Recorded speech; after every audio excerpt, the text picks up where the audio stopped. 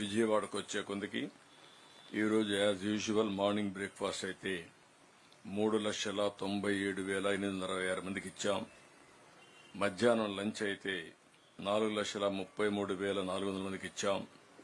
రాత్రి డిన్నర్ కూడా 4,26,280 మందికి ఇచ్చాం.